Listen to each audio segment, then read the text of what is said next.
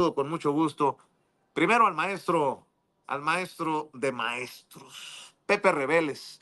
Más de 50 años en el periodismo, sigue 50 en redes sociales, orgullosamente, flamante, Premio Nacional de Periodismo, y vaya que si se lo merece por lo que escribe, por lo que investiga, y autor de su más reciente libro que le recomiendo, Necropolítica y Narcogobierno, que se presentó en la Feria Internacional del Libro del Zócalo de la Ciudad de México. Querido Pepe, 50 años en el periodismo y aquí andas entre los youtuberos informando de manera independiente. Agradecido con el alma, como siempre, con tu compromiso. ¿Cómo estás, Pepe? Muy bien, muy buen día, Vicente. Como siempre, me da mucho gusto estar aquí, ya arrancando bien el 2025. Saludo también al compañero Paco Cruz, que ya supe que está acá, y al licenciado César Gutiérrez Priego, con quien compartiremos esta mesa, que esperemos sea interesante para la audiencia, porque vamos a abordar algunos temas relevantes justamente a unos días de que el señor Donald Trump asuma por segunda vez la presidencia de los Estados Unidos. 100 días sin oposición, dice Ciro chillando en su columna. 100 días con el 80% de aprobación entre la gente de la doctora Claudia Sheinbaum. 100 días y cachito, y Donald Trump llegará para ver, esperemos que no, si cumple su promesa de deportaciones masivas y de mano dura contra México. De entrada, tus comentarios, Pepe. Bueno, pues justamente tenemos ya a 6 días este reingreso a la Casa Blanca de Donald Trump, y bueno, se ha dedicado las últimas semanas a lanzar amenazas muy graves contra nuestro país, sobre todo en dos cuestiones que a él le interesan particularmente y que utiliza para criminalizar, para reprobar lo que México hace al respecto, diciendo que no colabora, que es justamente el tráfico de drogas, por un lado, y por el otro lado, la migración que no cesa. Entonces, de ahí ha derivado a, a, llamar a los narcotraficantes terroristas y amenazar tanto él como otros personeros de su nueva administración con mandar tropas a la frontera y, bueno, incluso meterse a nuestro país para frenar eso que dice él que son amenazas terroristas en contra de los Estados Unidos. Está, por supuesto, muy atento a lo que México haga al respecto, y sobre todo va a responder con la imposición de aranceles al comercio como una especie de castigo en una vía alterna, porque no está haciendo nada con respecto a estas amenazas que él llama de la migración y el narcotráfico, sino al comercio. Entonces, nos mete ahí en esta misma bolsa junto con China, a quien también le impone aranceles, y con Canadá.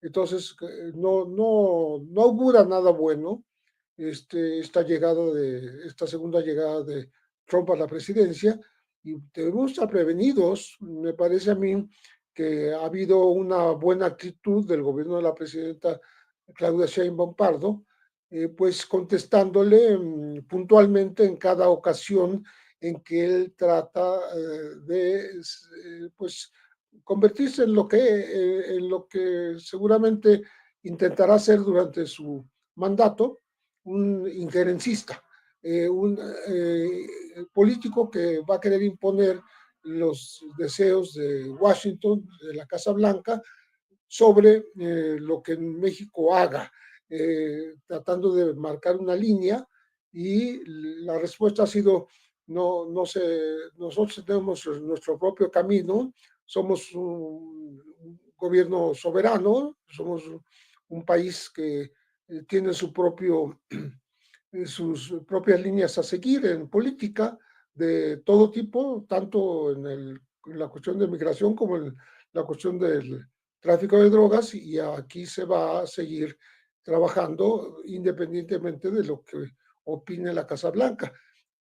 Que haya coordinación parece correcto, ¿no? Que haya buen trato, excelente, pero pues no se ve por ningún lado que sea la intención de Trump, sino que de entrada descalificar al vecino del sur porque es lo que le conviene a él en su política, pues de bravatas, ¿no? De descontar cualquier acercamiento que realmente lleve a una buena convivencia y repetir las historias de injerencismo que ha dejado en el pasado los Estados Unidos. No importa si está al frente un republicano o está un demócrata, siempre ha habido esta tentación de querer imponer pues la voluntad de la Casa Blanca sobre lo que haga este país del sur, a quien se culpabiliza de todo. Del Río Bravo para abajo, todos son culpables y del Río Bravo para arriba solamente hay gente buena, decente, honesta y demócrata, ¿no? Esa es la premisa equivocada que maneja Donald Trump. Y mientras esperamos la llegada de Donald Trump y a ver qué cumple de lo que nos ha amenazado, veo a Riva Palacio tratando de menospreciar, atacar a la presidenta, solo por mencionar un personaje antes de saludar al maestro Paco Cruz. Este es el Riva Palacio que que tanto se dolió por Andrés Manuel López Obrador y ahora dice que Claudia Sheinbaum no es tan poderosa como López Obrador. Ningún chile les embona, diría el clásico. Bueno, échalo, David. PRI. Ya después viene un proceso de desgaste, pero todavía, y más Echeverría que López Portillo, que la plancha del Zócalo se veía como ayer, lleno de banderas y lleno de pancartas de toda la estructura sindical, que es la parte corporativa del viejo sistema político.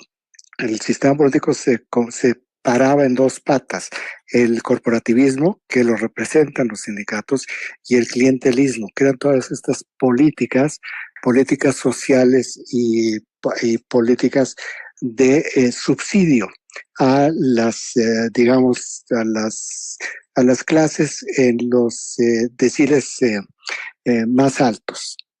Entonces, cuando ayer vi yo las imágenes, que era totalmente corporativo y clientelar, porque eran únicamente sindicatos y también era todos los representantes de Morena, antes era el PRI y ahora lo vimos en Morena, y todos los contingentes que llevaron ayer al Zócalo los gobernadores de Morena. Porque dirán, pero era lo mismo con López Obrador, pero no era lo mismo con López Obrador. López Obrador tenía una participación mucho más orgánica. Había, o sea, sí se veían algunas pancartas, había esta parte corporativa y clientelar, pero había mucha gente que efectivamente iba a escucharlo porque les gustaba, que había, por carismáticos, por curiosidad, por lo que fuera, pero sí iba. Y ayer no vimos eso. Ayer lo que vimos fue, yo utilizo la palabra la restauración del viejo régimen, pero la restauración de medio siglo. No, bueno. Pasamos del dictador a la restauradora del viejo régimen priista. Bueno, déjeme saludar al maestro Paco Cruz, también veterano de 1000 batallas, más de 47 años en el periodismo, autor de una larga lista de libros. Le recomiendo sus dos más recientes, Las Damas del Poder y García Luna, el Señor de la Muerte. Mi querido Paco, ya le entramos con todo. ¿Cómo te va? Te mando un abrazo.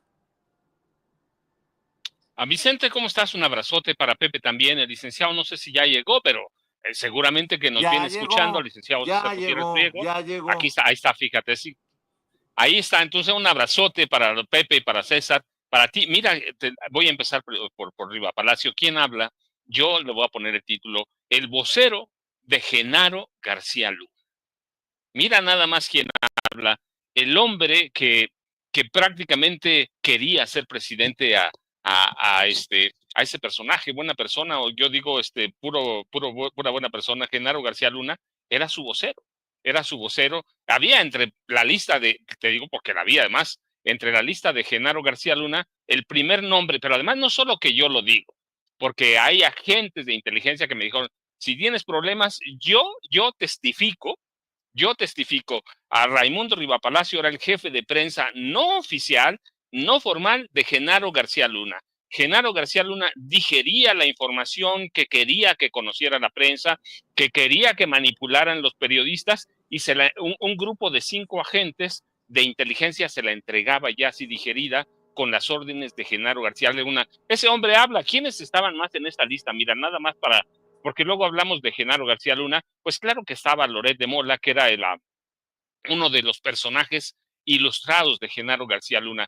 ¿Quiénes estaban en esa lista de Genaro García Luna íntima? Adela Micha, Luis Soto, a Pedro Ferriz de Con, Leonardo Curcio, Carlos Marín, Jorge Fernández Menéndez, estaba el dueño de Televisa, estaba el dueño de TV Azteca, así que para que tengas una idea, y mira quién habla, lo corporativo, yo puedo decir porque lo viví, de mi pueblo para la Ciudad de México, viajó gente que se juntó su lana solita, hicieron cooperacha para ir a la Ciudad de México al primer informe de labores de la presidenta Claudia Sheinbaum Pardo, y mira las encuestas que hay hoy, Vicente, estaba revisando una en especial, bueno, hay dos que me interesan, pero una, déjame decir, aquí la tengo a la mano, para que vean nada más lo que ha pasado y lo que no quieren ver personajes como Raimundo Riva Palacio, jefe de prensa, yo lo digo, de Genaro García Luna.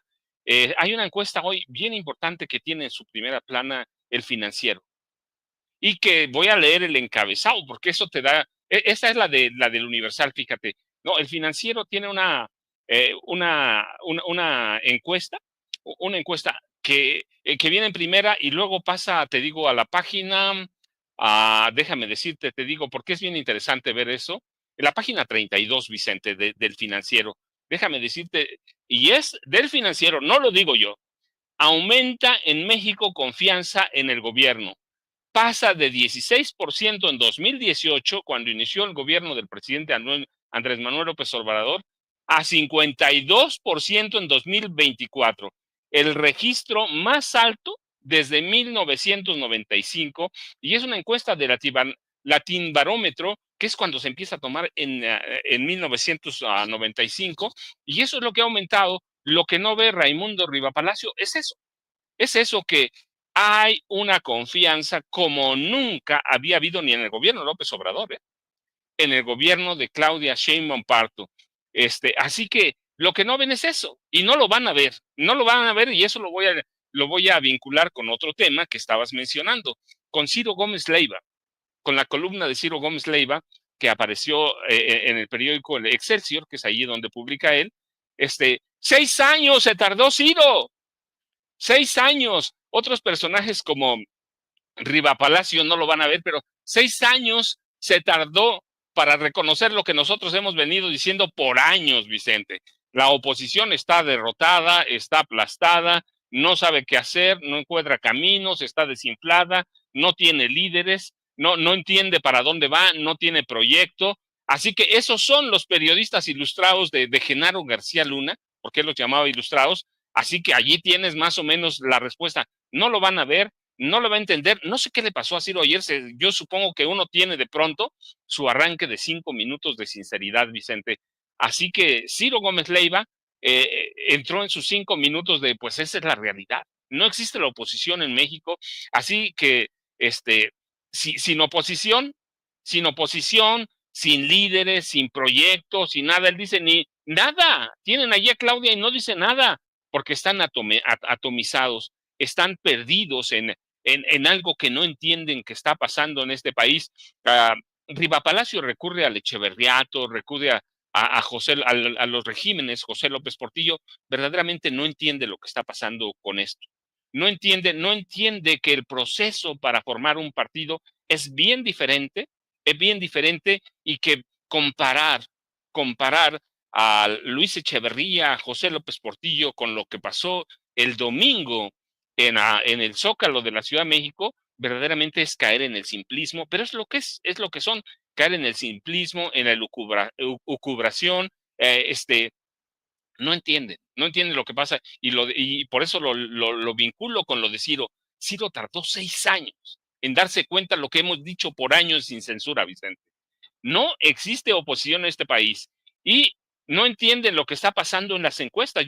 La semana pasada platicábamos, no son encuestas pagadas por Morena, pagadas por la presidenta, son periódicos, como en este caso la de Latín Barómetro, son periódicos de derecha ligados a Peña, ligados a Calderón, ligados a Fox. O sea, no son periódicos que tengan que ver con Morena o con la presidencia de la República. Son periódicos de derecha que están entendiendo que en este país Claudia, sí, ciertamente no es López Obrador, pero Claudia está trabajando como trabajaba o más que Andrés Manuel López Obrador y ya tiene su propio poder político, pero mira, vivimos en un régimen de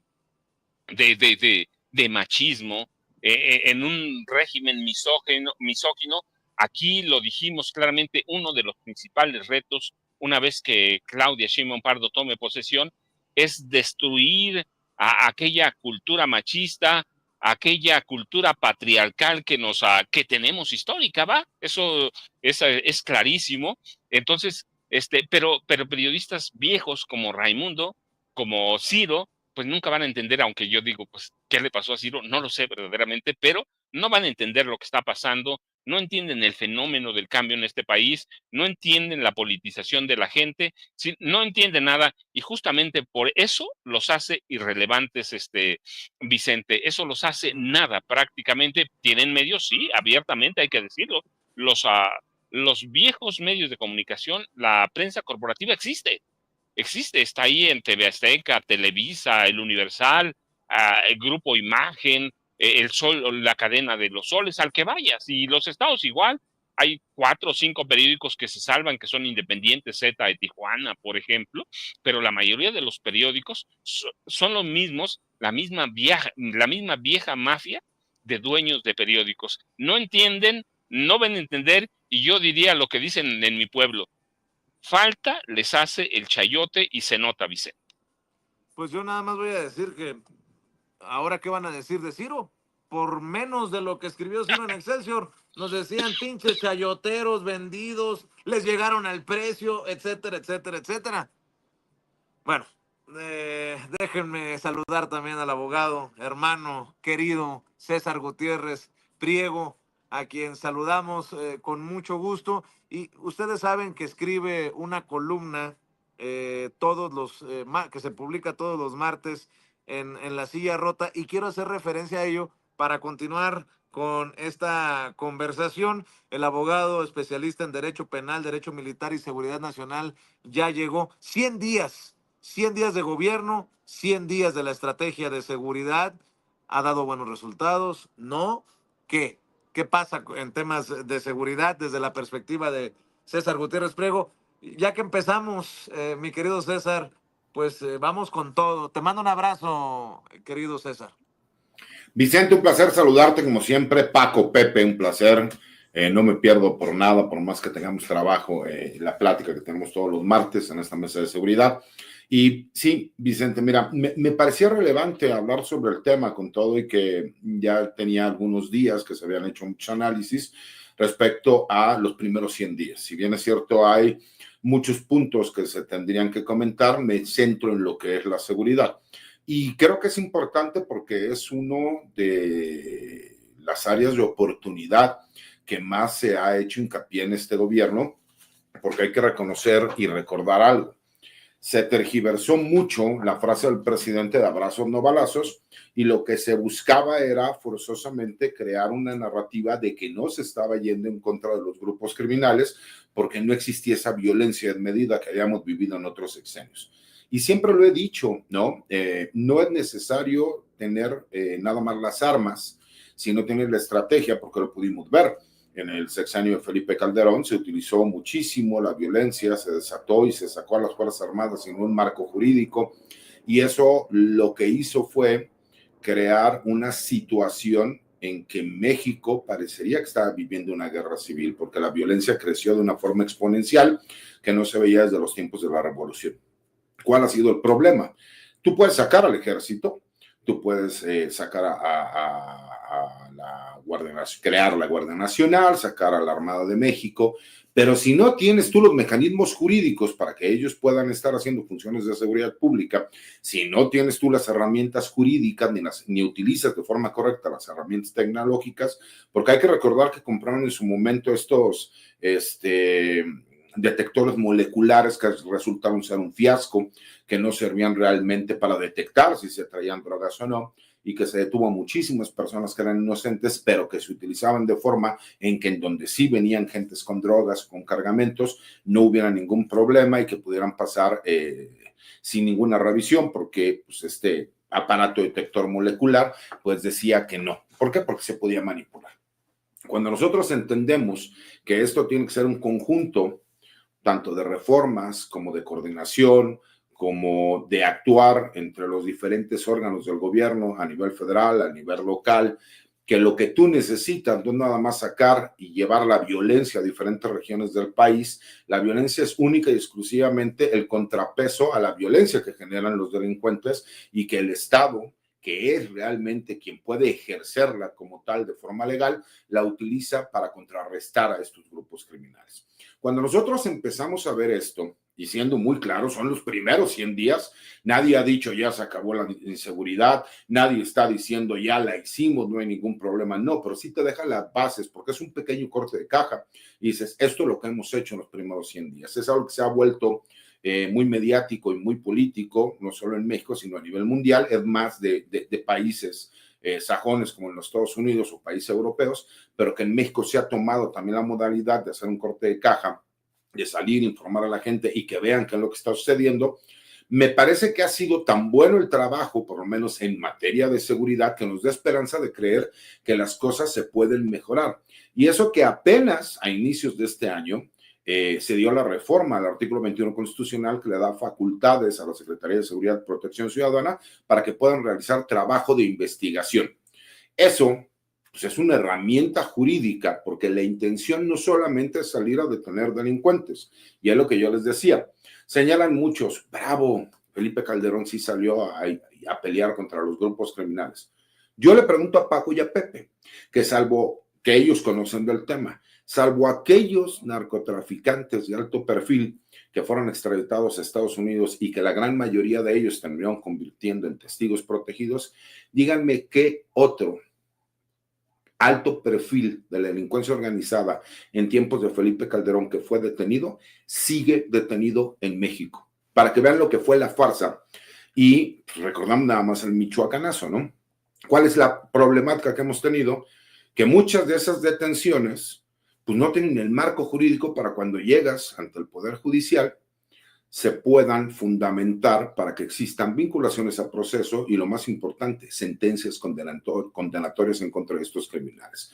No se daba, no tenían las herramientas, adoptaron un sistema jurídico, ¿no? En los tiempos de Felipe Calderón se inicia y se termina en los tiempos de Peña Nieto, donde los criminales sí se prepararon y llevaron ventaja, y no es porque las autoridades no tengan esa capacidad, sino que encontraron también la forma, los abogados de los grupos criminales, de ir con un sistema garantista en contra de todo lo que hace la autoridad. Y cuando tú utilizas un sistema que se supone que lo que busca priorizar es la justicia sobre la legalidad, pero le quitas la parte esencial, que es el jurado popular, pues en México nos quedamos nada más con la legalidad, y en la legalidad resulta que adaptamos un sistema que está basado en la buena fe y las investigaciones de la policía, y nuestra policía no tenía capacidades de investigación. Entonces hacemos un análisis, ¿no?, de cómo se vinieron haciendo este trabajo, lo que fue este decomiso en 2 acciones distintas en un solo día, más grande no solo de la historia de México, sino a nivel mundial, de fentanilo, que nada más con ese simple decomiso que se realiza en 2 acciones en un mismo día en el estado de Sinaloa, ya se detuvo, ya se confiscó más fentanilo que en todo el sexenio de Enrique Peña Nieto. Y eso te demuestra que entonces, pues el trabajo que se está realizando sí tiene futuro y que tiene buenas bases. Eso no significa que vamos a ganar esta histórica lucha contra el tráfico de drogas. ¿Por qué? Porque si la DEA, que acaba de cumplir 51 años y que fue creada en los tiempos de Richard Nixon, fue creada supuestamente con la intención para declarar la guerra a las drogas a nivel mundial, y cuando inicia tenían apenas cerca de 1 millón de adictos en los Estados Unidos y ahora tienen más de 64, pues parece que ha pasado todo lo contrario, ¿no? Y creo que hemos ya señalado nosotros desde hace muchísimo tiempo que es ilógico que el gobierno de los Estados Unidos, que es el máximo consumidor de drogas a nivel mundial, ¿no? Como país, no existan narcotraficantes norteamericanos, no existan estructuras criminales de lavado de dinero en los Estados Unidos, porque ellos se justifican señalando que si bien es cierto las armas, por lo menos el 78% de las armas que ingresan de forma ilegal a México son armas norteamericanas vendidas por armadoras estadounidenses y que además fueron compradas de forma legal en los Estados Unidos, aunque no se revisó ninguno de los procesos administrativos que se tenían que llevar a cabo, y que son las que utilizan los grupos criminales para atentar contra ciudadanos mexicanos, incluso contra ciudadanos estadounidenses, para ir en contra de las policías y de las Fuerzas Armadas en nuestro país, pues lo mismo pasa con toda esta maquinaria que tiene el crimen organizado. Entonces hago los señalamientos, ¿no?, de lo que fue el operativo Enjambre, las detenciones que se han estado llevando a cabo, que hasta ahorita todas las detenciones que se han llevado a cabo, porque han sido derivadas de órdenes de aprehensión o de órdenes de cateo, en donde cuando se lleva a cabo este cateo se puede demostrar que están cometiendo delitos en flagrancia, pues han ido aparejadas de vinculaciones a proceso, lo cual nos demuestra que por lo menos el trabajo de inteligencia y gabinete que se está haciendo hasta este momento es correcto. El que se sepa exactamente cuáles son el número de armas que ingresan al país de forma ilegal por parte de los Estados Unidos, que en promedio son cerca de 200,000. El que sepamos el número de detenciones que se han llevado a cabo de presuntos personajes ligados a la delincuencia organizada. El que veamos a presidentes municipales, sin importar del partido que sea, porque también hay del partido Morena, que es el partido en el poder a nivel federal. El que veamos a jefes policíacos que también han sido detenidos por tener vínculos con el crimen organizado, pues solamente nos da la esperanza de pensar que lo que está por venir todavía será mejor. Entonces, eso es lo que hablo en la columna, eso es lo que analizo, eso es lo que veo, porque también, como lo comentaban los compañeros, hay una clara narrativa por parte de un sector de la prensa, y me parece que estamos viendo la extinción de la oposición. Al no tener ellos argumentos ni propuestas, lo que hacen es utilizan a un sector de la prensa corporativa para tratar de crear narrativas. Y hemos ido de historias a historias, ¿no? Esta campaña de desarme de armas lo conocemos como la despistolización, y que se ha hecho desde hace décadas, nada más que ahora ha sido enfocada al núcleo familiar, empezando con los niños y los juguetes bélicos. Ahora lo utilizan para decir que lo que quieren es desarmar a los ciudadanos mexicanos para que no puedan contrarrestar, defenderse de los grupos criminales. En México es legal tener armas de fuego. Tú puedes ir a la Secretaría de la Defensa Nacional y iniciar y hacer un trámite. Es cierto, no es algo tampoco muy sencillo porque tienes que cumplir con ciertos requisitos, pero la intención y el hecho que esto se realice desde hace décadas, ahora les da a ellos la oportunidad de crear ciertas narrativas, o el decir que la doctora Claudia Sheinbaum es el títere del presidente y que no es ella quien gobierna. Han inventado que el presidente sigue viviendo en Palacio Nacional para dictarle la agenda todos los días a la doctora. Después inventan que no, que lo que pasa es que está en su rancho y por eso se creó un cuartel de la Guardia Nacional para cuidarlo.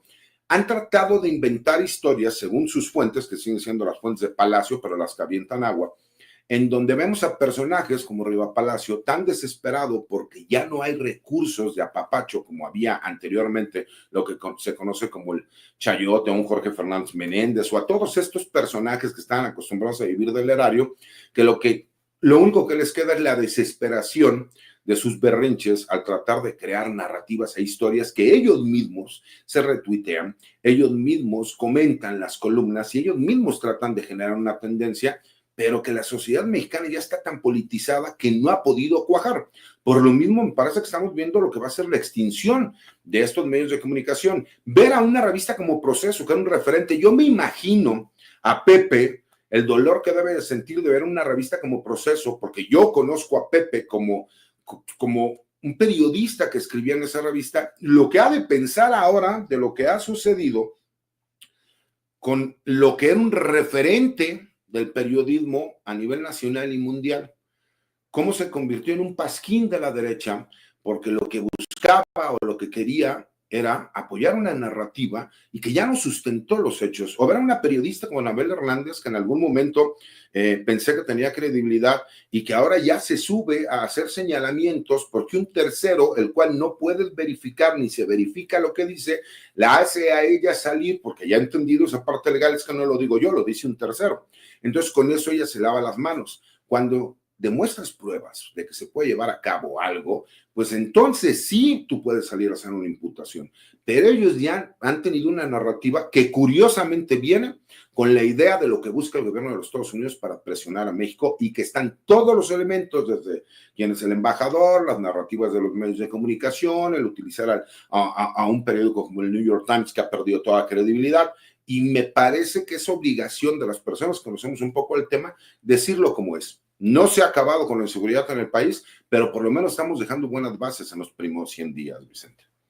Así es, mi querido César, Pepe, Paco, permítanme tomarme un paréntesis, un pequeño paréntesis, porque llegó aquí a saludarnos la señora María Piedad Osorno, y me dice que vive en Estados Unidos, en el área de Pasadena, cerca de donde se están registrando tal vez los peores incendios en la historia de Estados Unidos. La historia de Los Ángeles. Me decía que ha hablado con su familia, señora. Sí, hablé con mis hijos y mis nietos y me dijeron que era algo increíble, que mejor ni me imaginara regresar porque es horrible la devastación que hay en Altadena y en Pasadena. ¿Qué tan cerca está donde vive usted de esto que está ocurriendo? Yo ahorita vivo como a 10 minutos, no más de 15 minutos de Pasadena, pero viví en Pasadena por casi 20 años.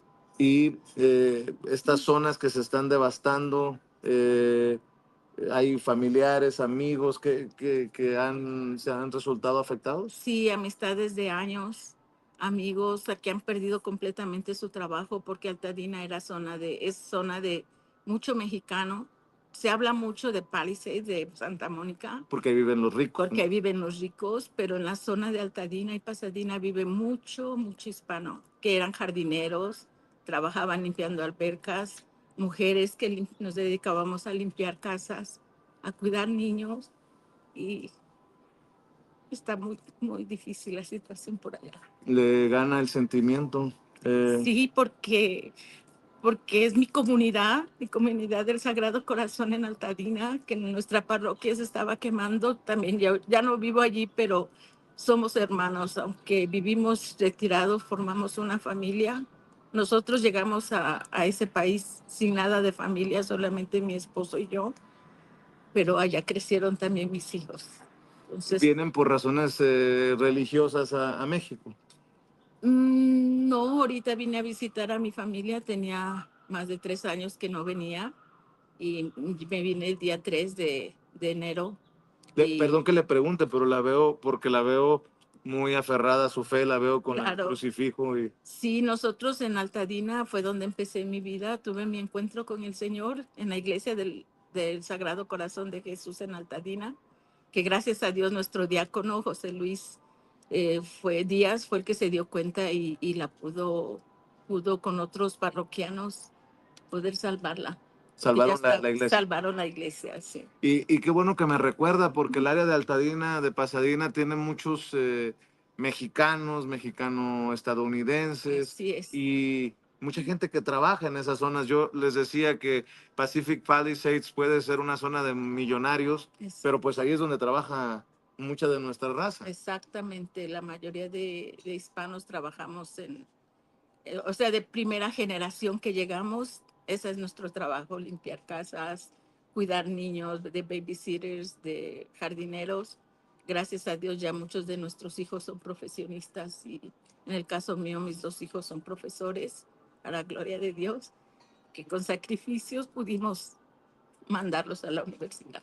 Me tomé el atrevimiento de invitarla a sentarse a platicar unos minutos porque se acercó usted preguntándome si soy yo el el periodista, y le decía, pues mucho gusto, Vicente Serrano, gracias por vernos, y ahí le encargo que recomiende Sin Censura.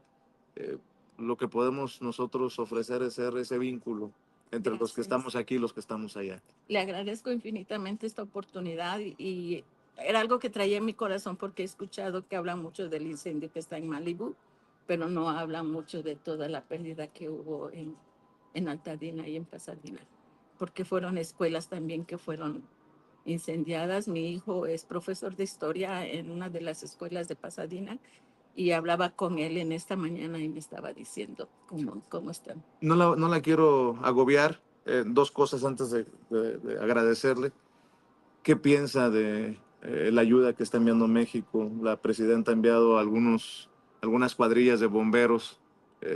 Pues también creo que de alguna manera representa esa mano y esa huella mexicana ya en estas zonas afectadas. En esta mañana estaba escuchando las noticias y me sentí orgullosa de que haya eso, el venir a este país y mi país, encontrarle, decía mi hermana, se ve la diferencia, completamente la diferencia y agradezco a nuestra presidenta que se haya tomado, que haya tomado esa decisión de poder mandar ayuda, porque es increíble. Ya no es la primera vez que nos enfrentamos a incendios, porque hace como 3 o 4 años también llegaba casi a Monrovia y es ver todo el despliegue que hacen los bomberos para aplacar ese fuego.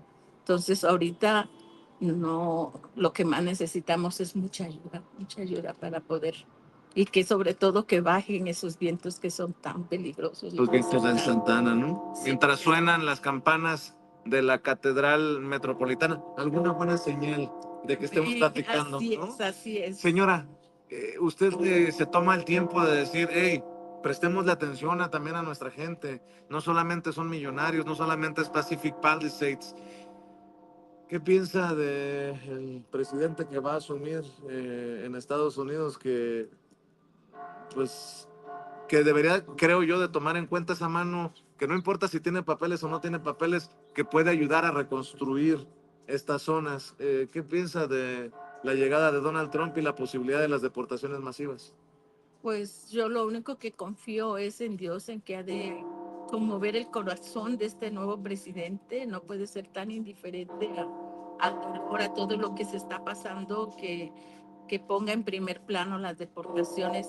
Y yo creo que todas las cosas pasan por una razón. Él se va a dar cuenta que la mano de obra mexicana o de cualquier inmigrante que llegue al país de Estados Unidos vale y es muy importante. Ojalá. Entonces Ojalá que así sea. que lo ¿Me permite un abrazo? Claro que sí. Gracias. Muchas gracias a usted, porque no lo pude haber dicho yo con mejores palabras. Gracias por no olvidarse de su gente y que la siga pasando bien acá con su familia. Que Dios me la bendiga. Igualmente, que Dios les bendiga a ustedes, que sigas así. Muchas Dándonos gracias. siempre palabras también buenas a nosotros. Muchas gracias. Que Dios me la bendiga. Gracias. Muchas gracias. Cuídense. Gracias. Disculpen, compañeros, maestros. Fue una oportunidad que no esperaba, una situación que se da, y bueno, se da cuando uno está en el lugar de la noticia. Mi querido Pepe Rebeles, escucho tus opiniones también a 100 días de gobierno de la presidenta Claudia Sheinbaum y de esta estrategia de seguridad de la que estaba desmenuzando para nosotros el querido César Gutiérrez Priego. Vaya nuevamente la disculpa para ustedes y para la audiencia de Sin Censura por cambiar de temas tan bruscamente. Claro, pues hay que cambiar de temas cuando hay una posibilidad de entrevistar a una paisana. Encantado de escucharla, ¿no? Y de ver cómo es consciente de las cosas que ocurren allá, pues a los que nacieron en México o que ya nacieron en Estados Unidos, pero que allá viven y que pues tienen que estar pendientes de su propia vida, de su progreso, cómo habla de la gente que pues empezó sirviendo con jardineros, servicio doméstico, etcétera, cuidando niños, y que ahora pues son profesionistas sus hijos, etcétera. Creo que fue muy interesante. Felicidades.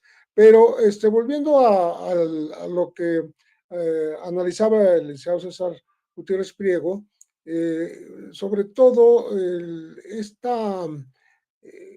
esta posibilidad de avanzar en la seguridad para la ciudadanía me parece muy interesante en la medida en que hay un enfoque diferente, una posibilidad de hacer las cosas de manera totalmente opuesta a lo que se hizo, digamos, en tiempos de Calderón, cuando no solamente se combatió con las armas y con la violencia a una delincuencia organizada diciendo que así se iba a terminar, cosa que no ocurrió, por el contrario, creció el tráfico de drogas, creció la violencia en el país, crecieron los muertos, etcétera, porque había una fuerza federal comandada por Genaro García Luna que estaba justamente al servicio de esta guerra, con presupuestos altísimos que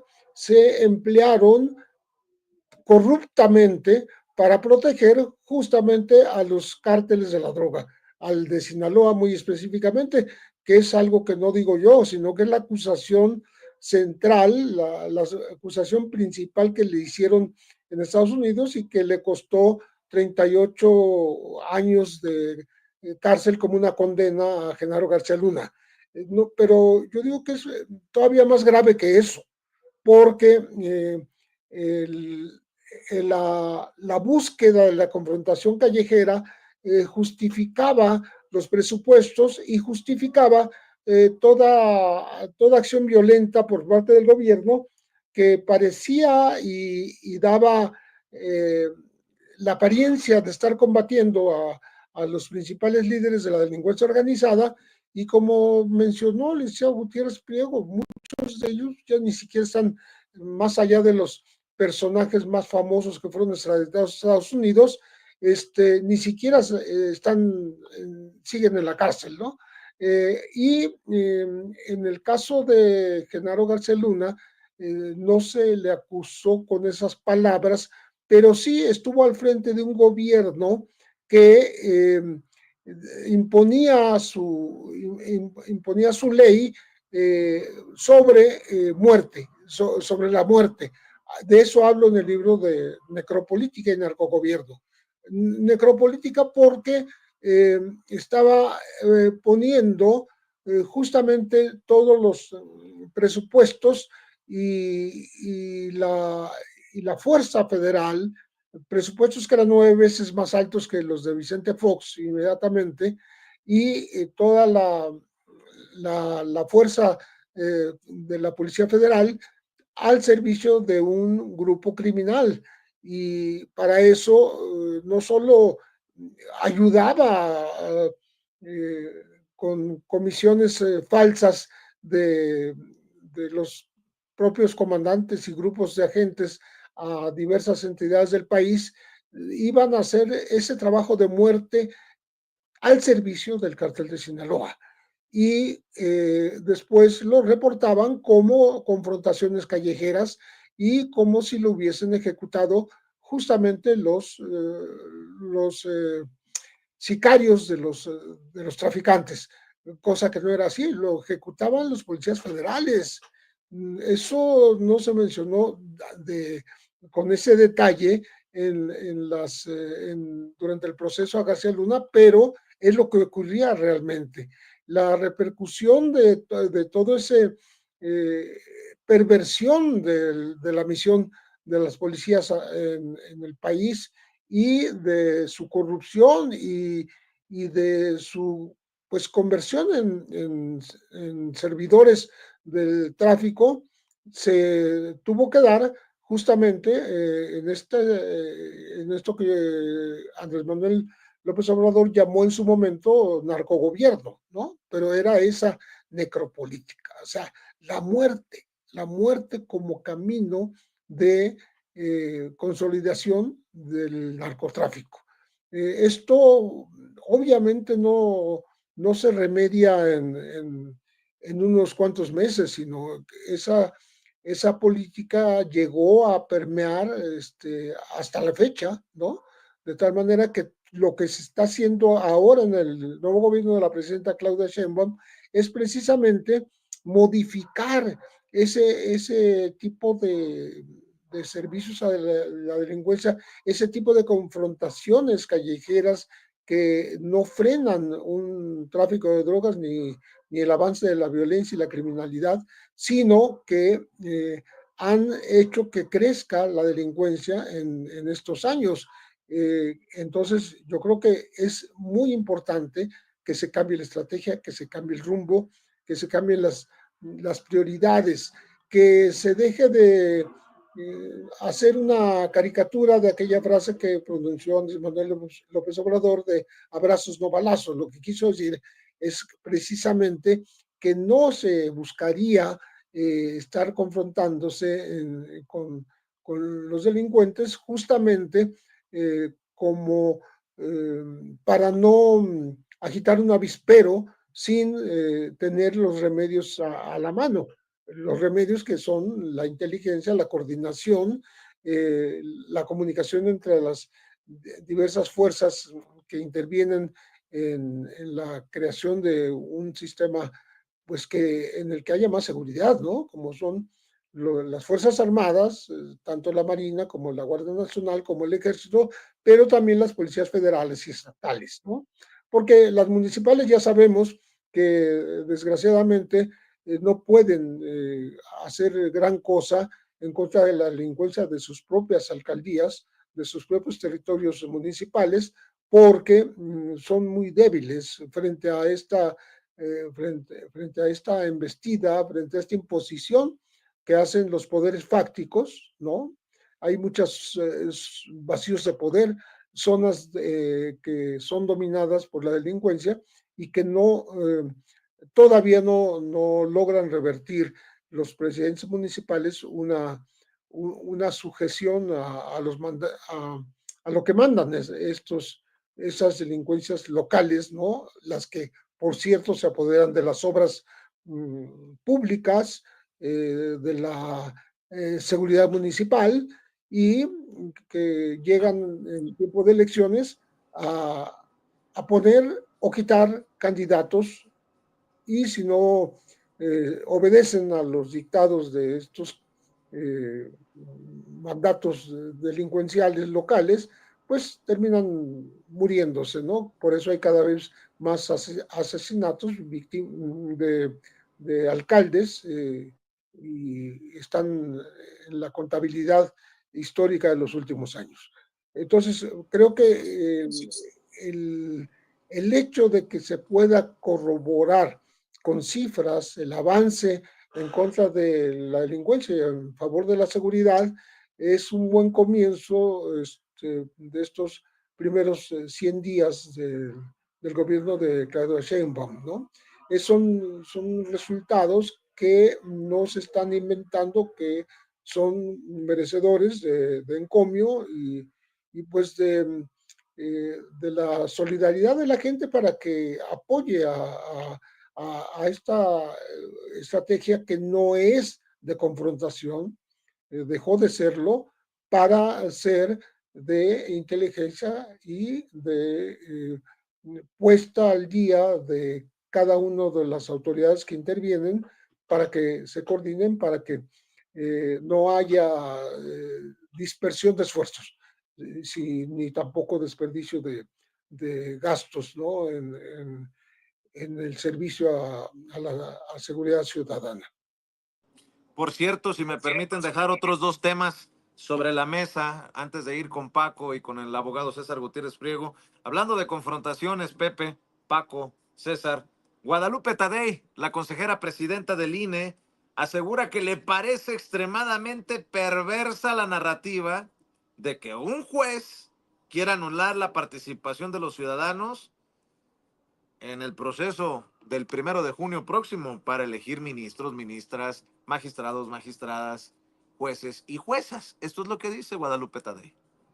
Me parece una narrativa perversa y el colmo de la perversidad que se intente siquiera acercar a amenaza de que los ciudadanos y ciudadanas no pueden participar en el proceso electoral como funcionarios y funcionarias de Castilla el día de la jornada electoral. Extremadamente perversa esta narrativa y por lo tanto pues da mucho para el morbo y para preocupaciones no existentes. Bueno, eso es lo que dice la consejera presidenta del INE, Guadalupe Tadei. Perversa la narrativa, perverso lo que están haciendo en el Poder Judicial, pues que todavía dirige la ministra de la Suprema Corte de Justicia de la Nación, Norma Piña. Pero bueno, hablando de confrontaciones, a ver, ¿cómo lo pongo? En una familia, la de los Claudio X González, hay diferentes opiniones, todo parece indicar.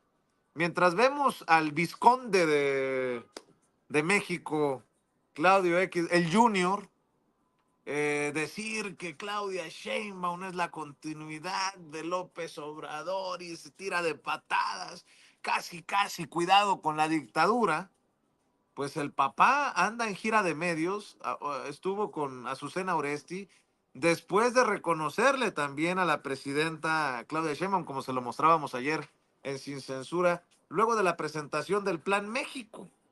Dice que se ha bajado el tema de la confrontación, que ahora el tema es la unidad.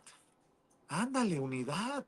Llamando a la unidad, el papá del pendejo que quiere despedorrar este gobierno que está conectado con el pueblo, que tiene el 80% de aprobación. Escuche. Gracia Gómez, lideresa del Consejo Asesor de Desarrollo Económico Regional, realizó 5 propuestas dirigidas a los empresarios: creación de empleos bien remunerados, valorar el comercio justo, robustecer la resiliencia de las cadenas de valor, elevar la calidad de vida de los trabajadores y priorizar la seguridad y sustentabilidad en las inversiones. Además, pidió apostar por la integración. Durante el evento, Claudio X González Laporte aseguró que la unidad de todos los sectores será clave para los retos que México enfrenta. Es muy importante que logremos la unidad de todos los sectores ante los retos que tenemos y hacer crecer el país, que necesita mucha inversión. Necesitamos también la unidad para lograr la revisión del Tratado de Libre Comercio para hacer frente a la nueva administración americana del presidente Trump. Así es que la palabra clave es unidad entre todos los sectores del país para lograr crecimiento. Pero en su reporte económico, Banamex afirma cerrar filas con la presidenta Claudia Sheinbaum, mientras su hijo, yo creo que amerita ya un coscorrón. Pero bueno, vamos con el maestro Paco Cruz, sus opiniones, perdón que también vaya dejando estos temas que me parecen importantes sobre la mesa. Paco, escucho tus comentarios. Vicente, Pepe, César, bueno, son un buen de temas y todos merecen un poquito de atención. Mira, primero vamos a mencionar a esta señora que se te acercó y que verdaderamente está preocupada y que vive la tragedia de los incendios en Los Ángeles y está preocupada por la llegada de Donald Trump. Y en realidad hay que decirlo, mira, te voy a decir porque son cifras que revisé ayer por la noche.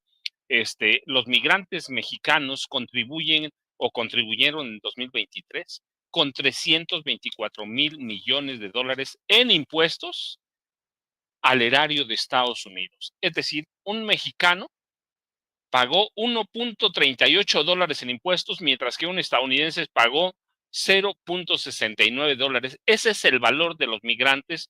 Ese es en algún momento Trump seguramente tiene que darse cuenta, en cuanto empiecen a notarse las torpezas de Trump y empiece a afectar a los productores, a los emprendedores estadounidenses que contratan a migrantes, se va a dar cuenta de muchos errores. Pero bueno, eso tiene que pasar tiempo, pero estas cifras o estos datos duros nos muestran la importancia de los migrantes. En este caso hablamos de los mexicanos, pero todos los latinoamericanos son igual, gente que trabaja un buen, gente que va a mejorar su nivel de vida, gente que va a trabajar en renglones, ayer lo decía, ¿recuerdas uno de los emprendedores estadounidenses que decía, pues aquí publicamos los empleos que hay y los estadounidenses no vienen, o vienen un día y se van y nunca regresan? Y él decía, los mexicanos son trabajadores. Así que lo que dice esta señora es real, pero bueno, Trump tendrá que enfrentar, que seguramente la conoce, seguramente, y yo por eso digo, de pronto, en cuestión de migración, en algún momento Trump va a afectar a productores de Estados Unidos y ahí tiene que pararle. Segundo, pues la lana, tampoco va a tener como los los casi 100,000 millones de dólares por cada millón de inmigrantes que quiere deportar a cada año hasta llegar a 11 millones en sus 4 años. Verdaderamente hay que esperarlo. ¿Va a ser cosas difíciles? Sí, lo hemos dicho. ¿Qué hay que hacer? Nada, esperar. Esperar, no sabemos nada. Hasta el día que tome posesión, vamos a saber de qué calibre van a ser los disparos contra las drogas, contra los inmigrantes, los campos de concentración, todo eso. Pero la señora tiene una preocupación legítima porque todo esto contribuyen los mexicanos, Vicente. Luego, mira, César y Pepe dieron una amplia exposición sobre lo que representan las políticas de Claudia Sheinbaum Pardo, lo que representaron las políticas contra el narcotráfico del presidente Andrés Manuel López Obrador, pero el licenciado Gutiérrez Priego dijo algo que me llamó mucho la atención, porque además conozco el tema de primera mano, porque vi los documentos, en el gobierno de Felipe Calderón, con aquella, ¿cómo se llamaba? Se llamaba, la, déjame decir, aquí lo tengo, no te preocupes. La Ouija maldita, ¿sí? La Ouija maldita, que es un capítulo muy nebuloso del gobierno de Calderón, que fue es un episodio muy vergonzoso, porque a través de un dispositivo británico, que fue ese localizador de drogas, se supone que era cerebral, de drogas, explosivos, cuerpos humanos, detector molecular se llamaba, de drogas ilegales, explosivos, cuerpos humanos y dinero. Se robaron Calderón y Genaro García Luna 50 millones de dólares, que era un artefacto que no servía para nada, que era una pistola de silicón. Eso lo descubrieron los militares, hay que darles el crédito, y por ellos se paró la compra, pero antes ya se habían robado 50 millones de dólares Calderón y García Luna. Pero ese aparatito, y el dato que quiero aportar, es que a través de ese aparatito que no servía para nada, fueron detenidas a 10,000 personas en México. 10,000 personas que no tenían nada que ver con el narcotráfico, y la orden de Felipe y de Genaro García Luna era solo aportar números para que se viera que su lucha contra las drogas estaba dando resultados. Pero con ese aparatito, el detector molecular de drogas, fueron detenidas 10,000 personas. Con los años, como pasó con el operativo en el Michoacanazo, el operativo en Michoacán, fueron liberadas, no sé si ya fueron liberadas todas, pero hasta hace un par de años todavía quedaban como 5,000, pero 10,000 personas fueron detenidas que no tenían nada que ver con el narcotráfico, con el crimen organizado, solo le pasaban el detector molecular que funcionaba con ondas cerebrales. Con ondas cerebrales, esa era una vacilada, pero así lo vendieron, y te decían, no, tú eres narcotraficante, tú eres extorsionador, tú eres esto, y con eso cumplían cuotas que enviaban a Estados Unidos. Miren a cuántos narcos detuvimos, miren a cuántos extorsionadores, miren a cuántos aspirantes a capos. Entonces, esa era la política además de las muertes, y de que el ejército en ese momento, y hay que decirlo, se convirtió en un arma letal en las órdenes de Felipe Calderón Hinojosa, el ejército de la Marina Armada de México. Había una política por matar, matar y matar, y detener el mayor número de personas. ¿Para qué? Para cumplir con una cuota, y eso es lo que se daba a conocer en los informes de gobierno. Eso es lo que periodistas como Raimundo Rivapalacio nunca reflejaron, nunca entendieron, porque toda la información estaba digerida por Genaro García Luna, y toda se la daba, yo te platicaba, además lo documenté en su momento. Uno de estos de periodistas ilustrados tenía 5 agentes de inteligencia a su servicio, 5 agentes de inteligencia a los que le reportaban directamente, y estos agentes les entregaban la información digerida, o bueno, más bien redactada por gente muy cercana a García Luna, y así iban armando la política contra el narcotráfico en este país, y todos los números de la guerra contra las drogas se ocultaban. Así que esa es la importancia del trabajo que está haciendo hoy el, la- el equipo de gobierno encabezado por Omar García Harfuch, hay que decirlo, en el gobierno de la presidenta Claudia Sheinbaum Pardo. Sé que están haciendo esfuerzos también por integrar una red nacional para garantizar,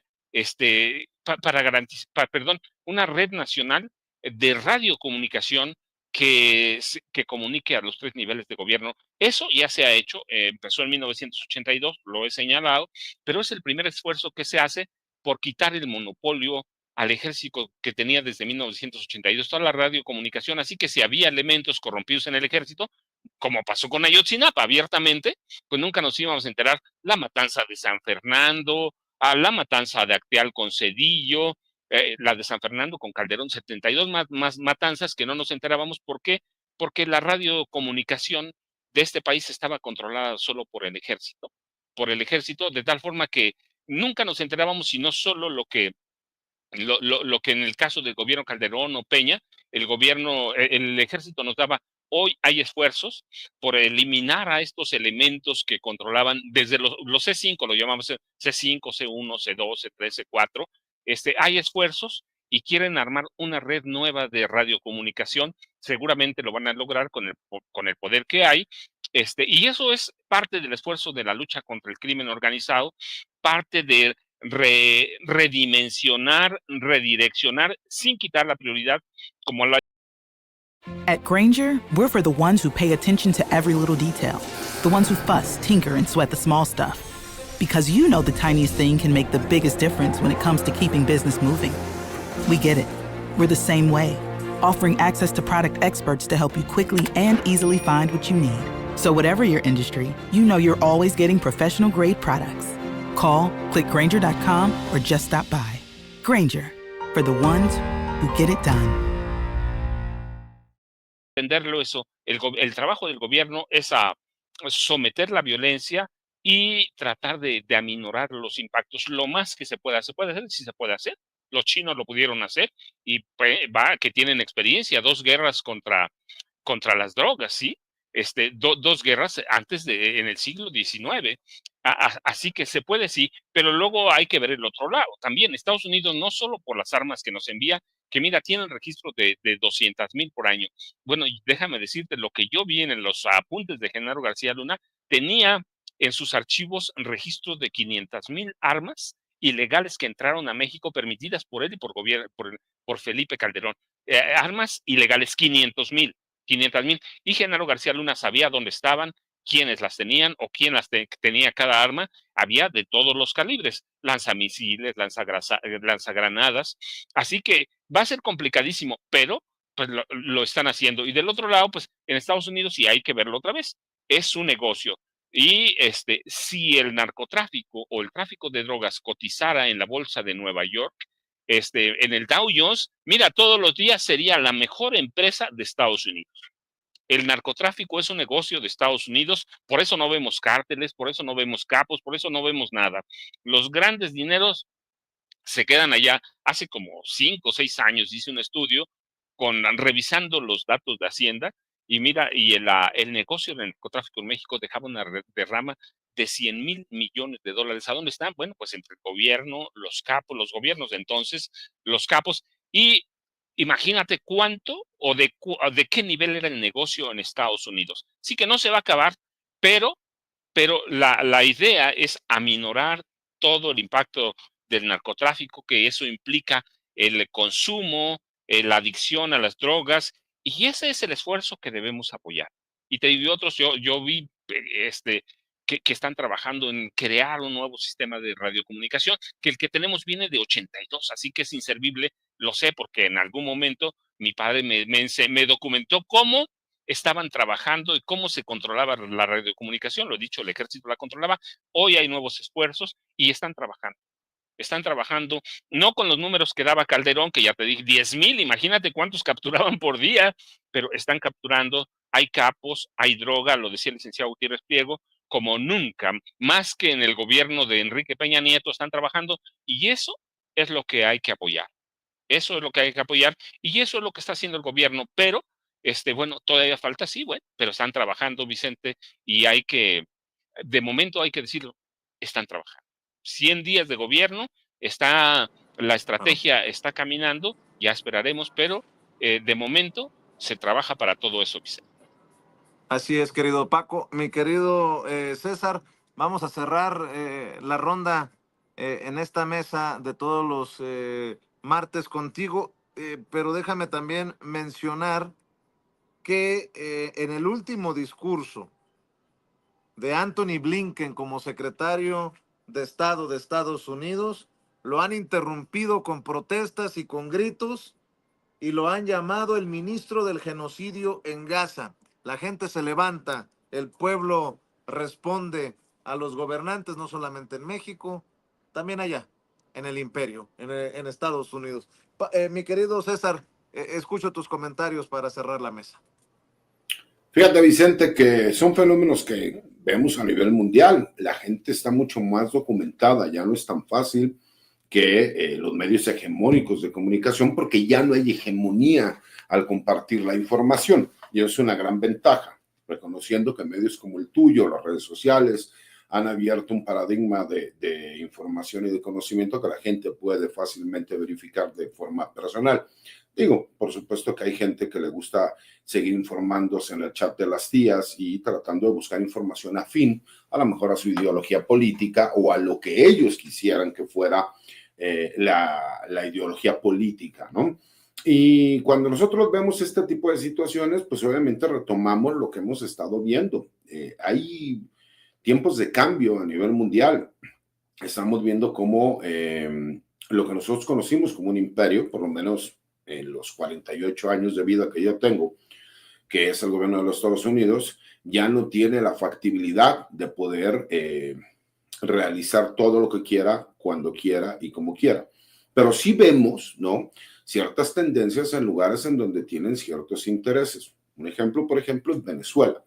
Yo no estoy muy de acuerdo con mucho del actuar del gobierno de Venezuela, pero no quita el hecho de que sabemos que hay un interés personal por parte del gobierno de los Estados Unidos por la cantidad de recursos, en específico el petróleo que tiene Venezuela, que es el país que mayor número de reservas tiene de petróleo a nivel mundial.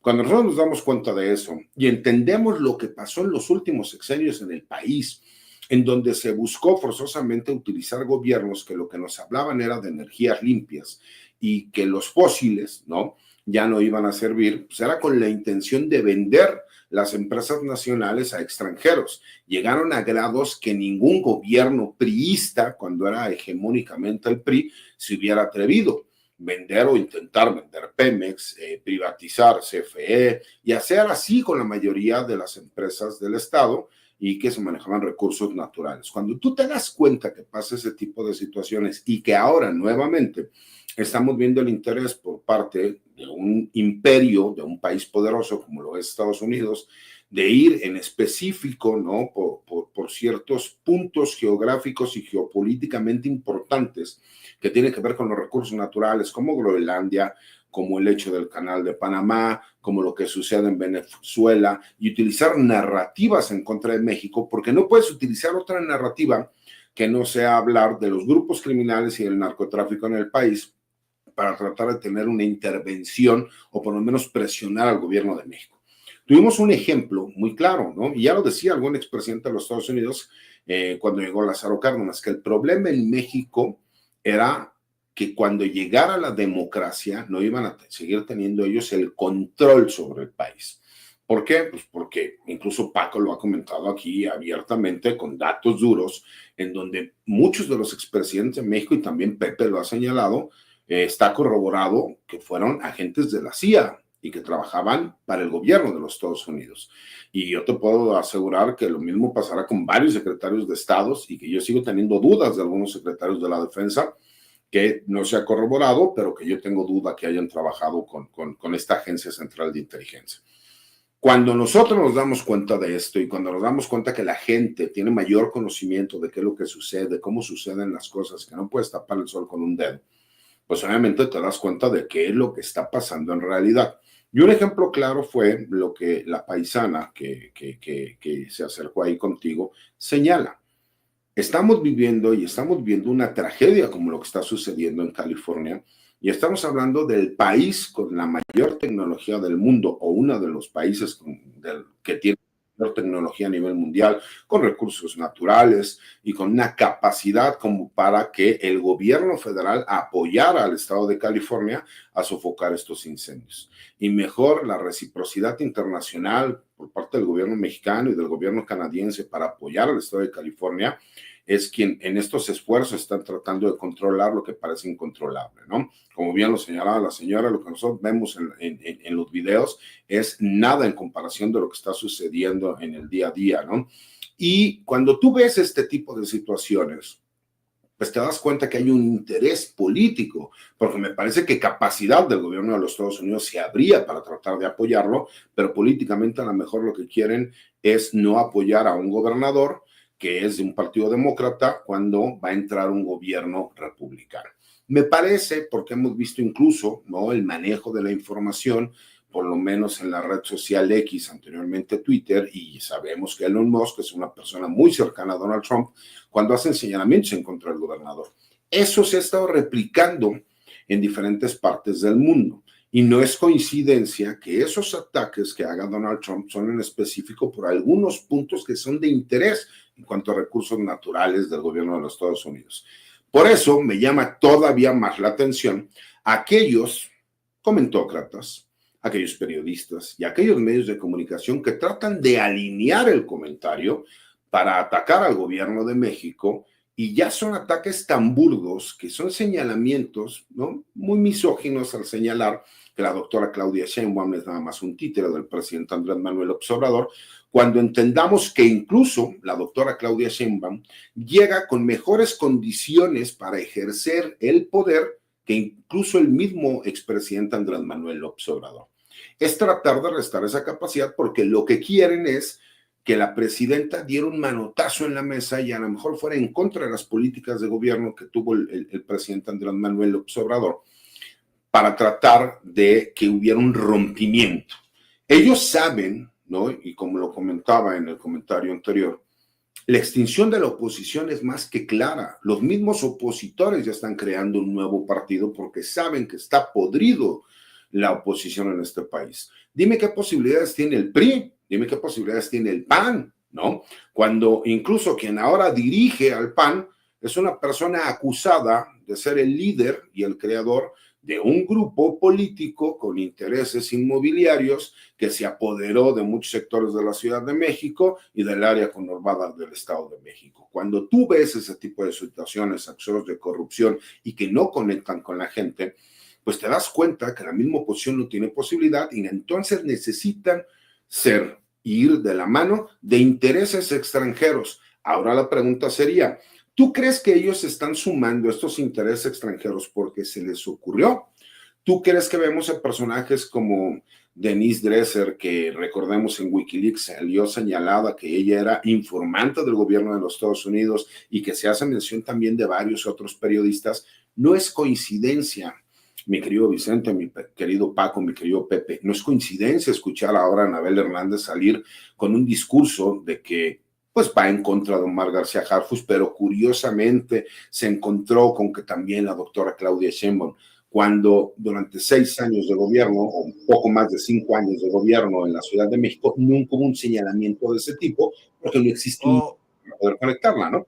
¿O qué me dices de Salvador García Soto, que dice que ya hay un plan para ir y encarcelar a López Obrador en cuanto llegue Trump a la presidencia? Ay, güey, dices. Pero fíjate, lo más increíble, Vicente, viene aquí, que si tú me dices, a lo mejor que fuera todavía otro gobierno, no el de Donald Trump, ¿Cómo justificaría Donald Trump ir en contra de Andrés Manuel López Obrador por supuestamente tener nexos con grupos criminales cuando él era presidente de los Estados Unidos? Entonces significa que él tenía conocimiento, tuvo una buena relación con el gobierno, con el presidente de México, y entonces recordamos que hasta fue a los Estados Unidos y en la Casa Blanca dio uno de los discursos más nacionalistas que hemos escuchado en los últimos tiempos de un presidente mexicano y en Estados Unidos. Pues él sería copartícipe, por lo menos, de haber tenido esa información. Me parece que son estas narrativas de tratar de crear y de crear no solo una confusión dentro de la gente, sino que lo que no pueden y lo que ellos no entienden es que la popularidad que tiene el presidente Andrés Manuel López Obrador ha ido de la mano de la popularidad que ha tenido ahora la doctora Claudia Sheinbaum. ¿Por qué? Porque aunque son personajes completamente distintos, tienen una misma ideología y forma de gobierno. Claro, tú te das cuenta que hay diferentes líneas de trabajo desde que vemos lo que se está llevando a cabo ahora en seguridad que no se llevaba en el sexenio anterior. Y no por eso significa que vaya a haber un rompimiento, pero saben cuáles son las líneas en donde nos quedamos cortos el sexenio pasado. ¿Y qué es lo que tienen que hacer? Trabajar, dar resultados. Lo dijo Pepe, no, lo dijo Paco, perdón.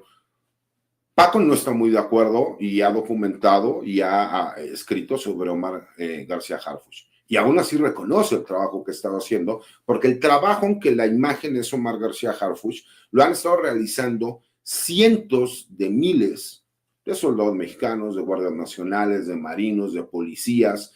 Y esa es una ventaja, reconocer que sí se está haciendo algo y que estamos viendo los resultados. Están los números, están las estadísticas y se ha estado bajando los delitos de alto impacto, se ha estado bajando el homicidio. Claro que hay reacción por parte de los grupos criminales y nadie ha dicho es que ya se acabó la inseguridad, pero por lo menos están dejando las bases, mi querido Vicente. Y utilizar a personajes, ¿no? Como el que acabas de señalar, García Soto, y el manejarlo siempre, ¿no? Porque nunca hay una documentación oficial. Está como el que graba a pie grande, ¿no? Siempre el video se ve mal, es de lejos, me dijeron, me comentaron, escuché.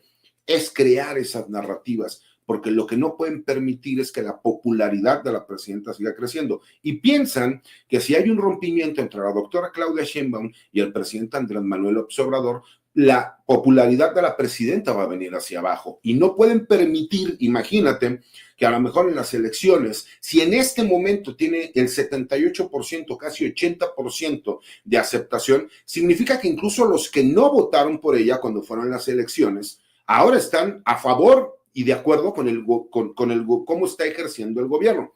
Imagínate, si ellos no empiezan desde ahorita, en las elecciones dentro de 3 años, muy posiblemente el PRI podría perder el registro y el PAN estaría a punto de desaparecer. Si sigue la tendencia como va, para cuando termine el sexenio, no existirá ni el PAN ni el PRI, mi querido Vicente, mi querido Paco, mi querido Pepe. Me parece que ese es el miedo real que tienen y por eso se están sumando incluso a los intereses de un gobierno como el de los Estados Unidos para crear toda una narrativa, porque la acompañan con medios extranjeros, con medios nacionales, con comentócratas. ¿Y qué es lo que pasa con la gente que no tiene criterio? Lo primero que dice es, bueno, es que si todos ellos lo dicen, pues algo de verdad tendrá. Acuérdate que la calumnia, aunque no mancha tizna, lo decía el presidente, y me parece muy correcto. Por eso veo, ¿no?, en este análisis, que esa es la situación de lo que se está buscando, y por eso me parece que fueron muy buenos los primeros 100 días. Ojalá continuemos con este trabajo, ojalá se continúe con la especialización que se ha tenido en cada una de las áreas, ojalá y se continúe con la coordinación, ojalá y se avance con las cosas por venir en todas las reformas que se han estado llevando a cabo y que hemos visto, ¿no?, la resistencia que ha existido por parte del Poder Judicial al grado de conceder suspensiones que ya se sabe que no son legales, pero es tratar de boicotear lo que viene. Y el siguiente paso, lo sabemos, es la elección de ministros, magistrados, jueces, juezas, por la elección popular en el Poder Judicial. Y así continuará el cambio en este país y ellos no pueden permitirse el hecho de que si siguen las cosas como van a desaparecer. Y imagínate no vivir del presupuesto. Cuando toda tu vida has vivido del presupuesto, pues sería como darte un balazo en el pie. Mi querido César, ¿por qué no cerramos invitando a la audiencia de Sin Censura para que te lea, te vea, te apoye? Y yo, ya sabes que agradecido lo que le sigue por hacer circo, maroma y teatro para que llegues a esta cita, por lo menos esta cita de todos los martes. Sé que andabas ocupado y llegaste a pesar de todo, como la canción. Mi querido Vicente, hay que recordar que con los amigos siempre las excepciones son la obligación. ¿Por qué? Porque yo disfruto mucho estar con Paco, estar con Pep, estar contigo, con Toño. Tengo una gran amistad también con la producción. Y estos son de los momentos de relax que yo tengo porque aprendo muchísimo de Paco y Pepe. Y el poder seguir compartiendo con la gente sin censura, leer los comentarios y por supuesto las críticas también, pues nos hace entender ser un poco humildes también, porque de repente el reconocimiento de la gente, el que te saluden, el que te feliciten, hace que a uno se le pueda ir por ahí la huira al aire, como dijeran. Y como yo tengo mi pegrillo, que es mi sacrosanta madre, y mis hijos, que ellos rapidito me regresan a la realidad, pues me gusta mucho también poder estar aquí con ustedes. Y pues obviamente los invito a leer mi columna, que escribo todos los martes en La Silla Rota, que me sigan en mi cuenta de X, anteriormente Twitter, que es @CésarGutiPri, y obviamente pues, en los espacios libres y todos los martes aquí en Sin Censura. Gracias, mi querido César. Querido Paco, invitando siempre a la audiencia a que busquen tus dos más recientes libros, Las Damas del Poder y García Luna, El Señor de la Muerte, y que ese respaldo también se transfiera a las redes sociales. ¿Por qué no cerramos con la invitación, maestro? Vicente, pues yo les dejo un abrazote a ti, a César, a Pepe, que la verdad es que reconocimientos siempre los debe tener Pepe, porque todavía da y para mucho más. Así que siempre es un placer platicar con ustedes. Yo, ya sabes, @Paco Cruz Jiménez en X, antes Twitter, Francisco Cruz Jiménez en Facebook. Nos vemos mañana, Vicente. Muchas gracias, como siempre. Gracias, Paco. Y el maestro Pepe Reveles, que renuente y creo que correctamente a llegarle a las redes sociales, sigue esperando el apoyo de todos ustedes para que sigan buscando su libro, su más reciente libro, Necropolítica y Narcogobierno. El nuevo libro de Pepe Reveles que presentaron hace poco, precisamente Paco y Pepe, en la Feria Oficial del Libro del Zócalo. Querido Pepe, agradecido en el alma porque llegues a esta cita de todos los martes, maestro. Un gran abrazo a todos los que participan de esta mesa. Gracias, licenciado César Gutiérrez Priego, a Paco Cruz, a ti, Vicente, a Toño, y por supuesto estaremos aquí comentando la próxima semana a ver cómo resultó el discurso de toma de posición de Trump, porque creo que va a ser no revelador, pero sí una corroboración de sus afanes injerencistas, como ha sido antes de llegar a sentarse nuevamente en la Casa Blanca. Les mando un abrazo a todos y un gran saludo a la audiencia. Nos vemos el próximo martes o cuando lo merite la noticia. Gracias, Pepe. Gracias, Paco. Querido César, un abrazo y me da mucho